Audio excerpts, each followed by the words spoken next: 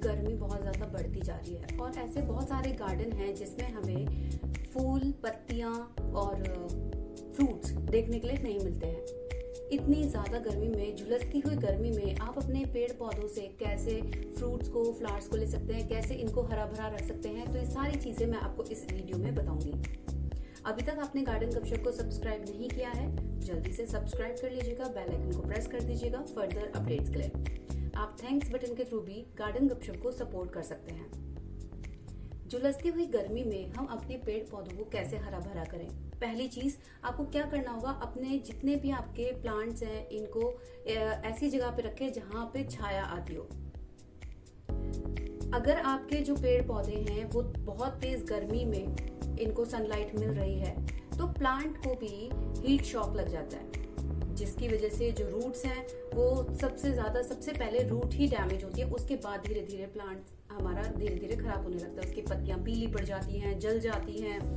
और अगर आपने वाटरिंग साइकिल अच्छे से मेंटेन नहीं की है तो उसकी वजह से भी जो हमारे प्लांट्स हैं वो खराब होने शुरू हो जाते हैं गर्मियों में। तो आप पहली चीज तो यही है कि आप इनको छाया में रखें और इसके अलावा गर्म खाद देना बंद करें। समर्स में अगर आप गर्म खाद देते हैं तो इसका मतलब सीधा सीधा ये है कि हम अपने प्लांट्स को खराब कर रहे हैं।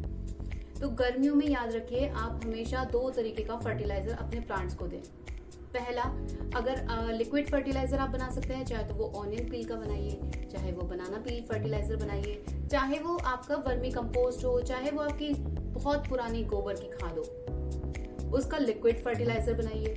दूसरी चीज, अगर आप फर्टिलाइजर देना ही चाहते हैं तो देखिए बहुत ज्यादा गर्मियों में जो पत्ते हैं वो जल जाते हैं, खराब हो जाते हैं, तो उन पत्तों को इकट्ठा कीजिए और उन पत्तों को इकट्ठा करने के बाद उनको एक कंटेनर में डाल दीजिए, पानी डाल दीजिए और 2 दिन बाद उस पानी को एज अ फर्टिलाइजर अपने प्लांट्स में यूज कीजिए।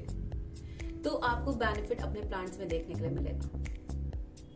गर्मियों में अपने प्लांट्स के साथ 2 काम जरूर करने चाहिए। पहली चीज तो यही कि आपको सुबह शाम 2 बार अपने प्लांट्स को पानी को देना चाहिए, मतलब वाटरिंग करनी चाहिए।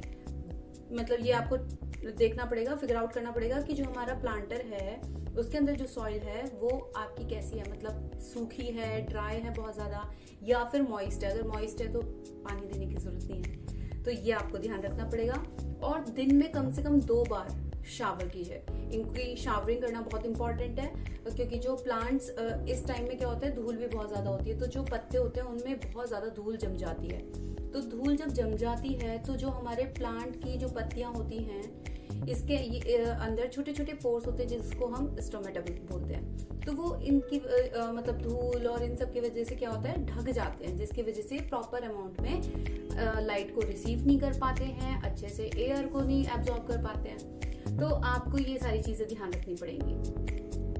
मैं ये बोलूंगी जो फूल वाले पौधे होते हैं तो उनके लिए आपको ये ध्यान रखना पड़ेगा। पहली चीज तो वही गर्म खाद का ध्यान रखना पड़ेगा।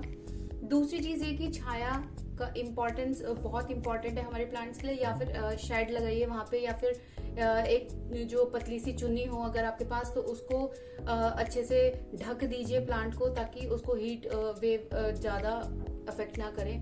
तो गर्मियों में ये सारी चीजें हमारे प्लांट्स के साथ करनी बहुत इंपॉर्टेंट हो जाती हैं। तो अगर आप अपने प्लांट से चाहते हैं बहुत सारे फ्लावर्स, बहुत सारे फ्रूट्स, तो इन सारे टिप्स और ट्रिक्स को जरूर यूज कीजिएगा। मैं आशा करती हूँ ये वीडियो आपको अच्छा लगा होगा और सारी इन्फॉर्मेशन के लिए आप गार्डन गपशप को सब्सक्राइब कीजिएगा, बेल आइकन को प्रेस कर दीजिएगा फर्दर अपडेट्स के लिए। Thank you so much for watching.